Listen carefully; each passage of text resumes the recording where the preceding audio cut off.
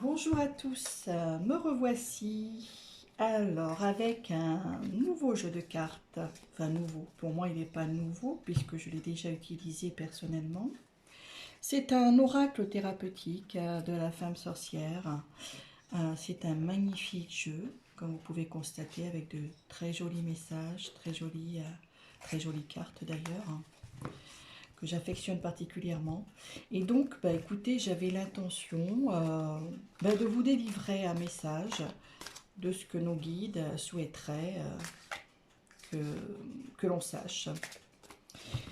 Alors, il est vrai qu'il y a quelques mois, quelques années, je faisais les messages des anges, les messages angéliques, et j'ai arrêté par manque de temps et de moyens. Donc aujourd'hui, je reviens parce que je sais que ça avait beaucoup de gens ont aimé.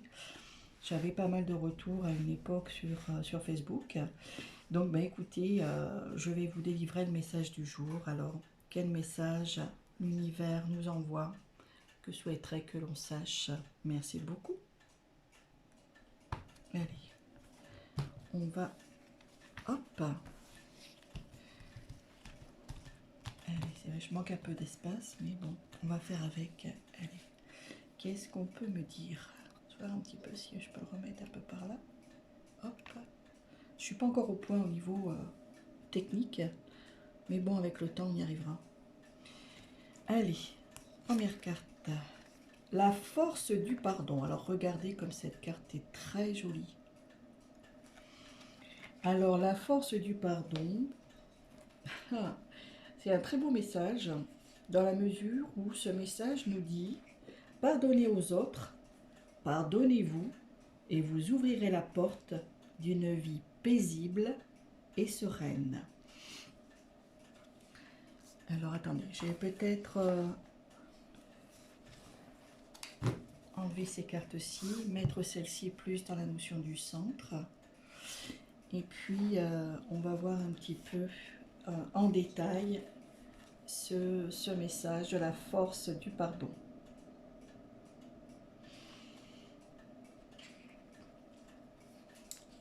Alors, trop de déceptions, trop de souffrances, trop de blessures peuvent parfois nous sembler impardonnables.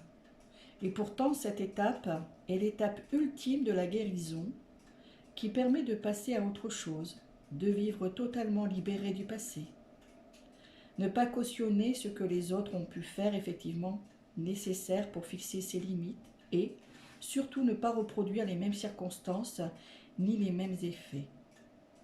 Cependant, en décidant de guérir par le cœur vos blessures, vous ouvrez la porte de votre liberté sans retenue ni limitation.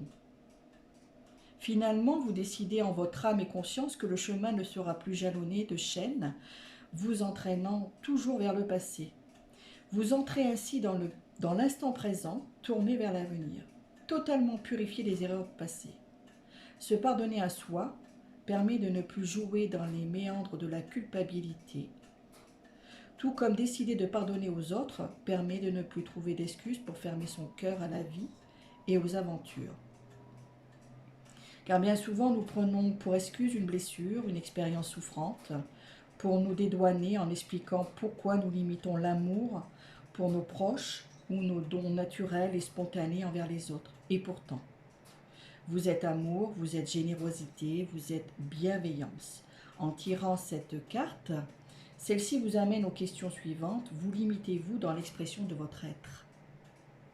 Donnez-vous totalement le meilleur de vous-même? Avez-vous des griefs contre certaines personnes? Vous êtes-vous pardonné ou avez-vous pardonné aux autres véritablement pour entrer dans les échanges constructifs et pour avancer plus sereinement et avec tous vos potentiels? Prenez le temps d'observer votre comportement, vos agissements, pour identifier à quel moment votre ego remplace la voix du cœur. Acceptez que chaque être sur Terre a ses faiblesses, ses blessures et ses défis. Non pas pour tout accepter, mais pour lâcher prise et vous libérer. Ainsi, vous serez prête à accueillir votre plein potentiel, votre pleine puissance.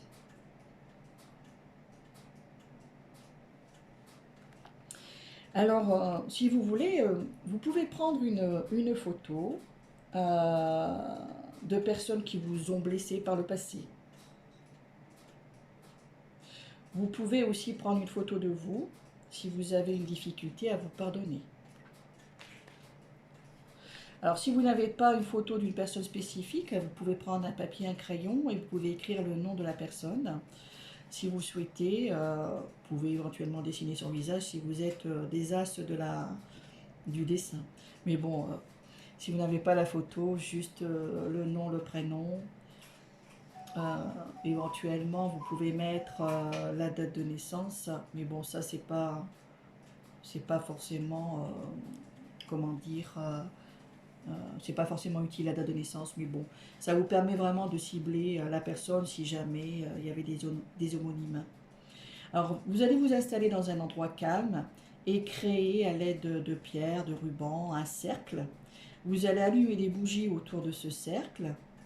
Vous allez entrer dans ce cercle du pardon. Alors, vous pouvez le visualiser aussi, hein, vous n'êtes pas obligé, voilà, si vous avez cette capacité à visualiser.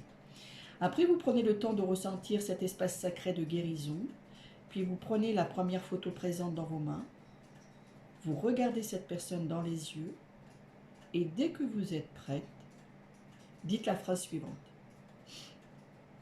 Je te demande pardon.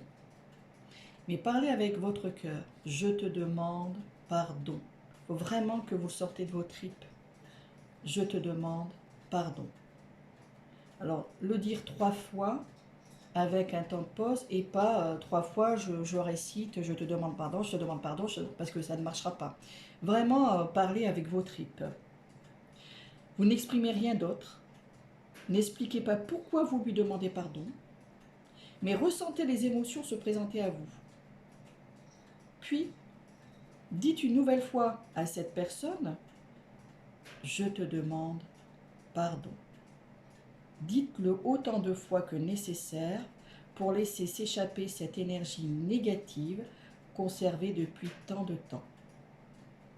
Dès que vous sentirez que le pardon est totalement acté et que vous éprouverez un vrai soulagement intérieur, remerciez la vie et déposez la photo auprès d'une bougie. Puis vous prenez la photo suivante et recommencez le même processus. La phrase « je te demande pardon » exprime « je te demande pardon d'avoir utilisé ton action et ma blessure pour ne plus ouvrir mon cœur à la vie, aux autres et à moi-même. » Voilà. Alors surtout si vous avez un émotionnel par rapport au moment où vous allez faire cet exercice, je dirais laisser partir. C'est important de pleurer. Les pleurs permettent un nettoyage et surtout permet de ne plus cristalliser la douleur en soi. Donc écoutez, j'espère que ce petit exercice vous a plu. N'oubliez pas de mettre un commentaire et puis mettez votre ressenti, mettez si vous aimez, et puis n'oubliez pas le petit pouce bleu.